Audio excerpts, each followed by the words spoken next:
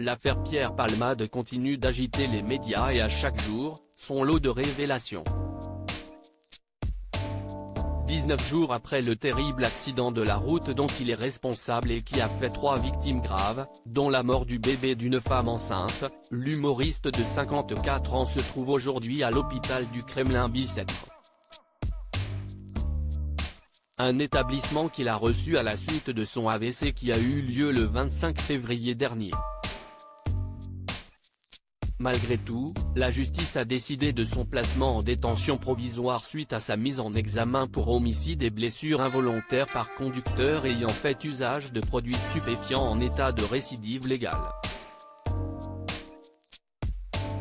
Car dans cette terrible histoire, il a été prouvé que Pierre Palmade était positif à la cocaïne et à d'autres drogues de synthèse, notamment des dérivés de la catinone.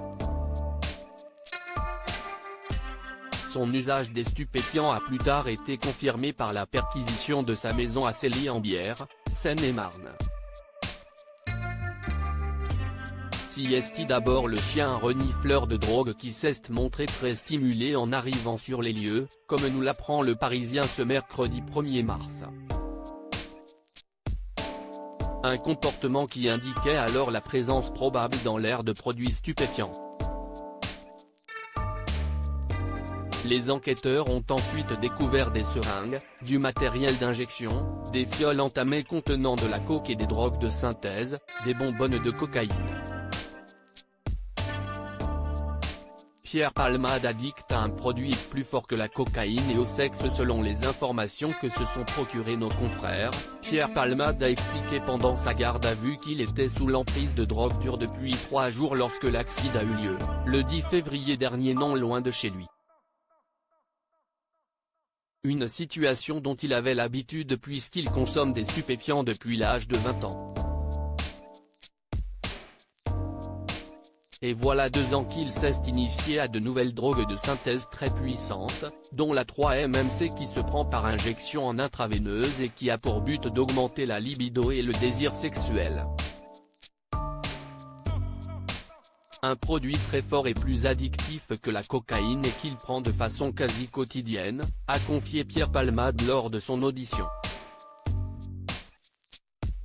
À cela s'est alors ajouté une addiction au sexe. S'il a bien tenté de se soigner ces 5 dernières années en entamant des cures de désintoxication, il n'y est jamais arrivé et a admis avoir tout bonnement lâché l'affaire. Mais cet accident lui fait dire aujourd'hui qu'il est prêt à changer de vie et à se débarrasser de ses addictions, comme il l'a assuré au juge d'instruction.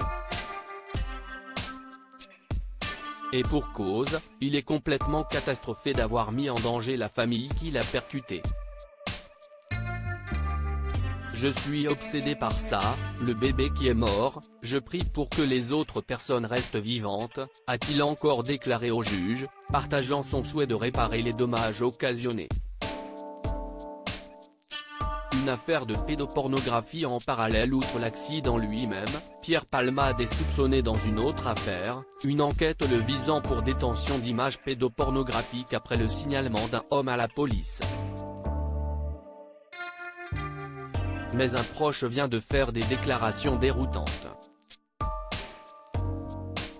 Interrogé par BFM TV, Camille, nom d'emprunt suite à sa décision de changer de sexe et devenir une femme, a raconté « On nous a montré des vidéos et il me les a montrées parce qu'il était choqué et il voulait voir si j'étais choqué. Point, je ne vois pas du tout Pierre voir des enfants. Il était choqué et voulait en quelque sorte piéger la personne qui nous montrait des vidéos. » D'abord placé en garde à vue, Camille a été libéré sans charge retenue contre lui vendredi dernier. Alors que celui qui a montré les vidéos après 48 heures de garde à vue a été mis en examen pour détention d'images pédopornographiques.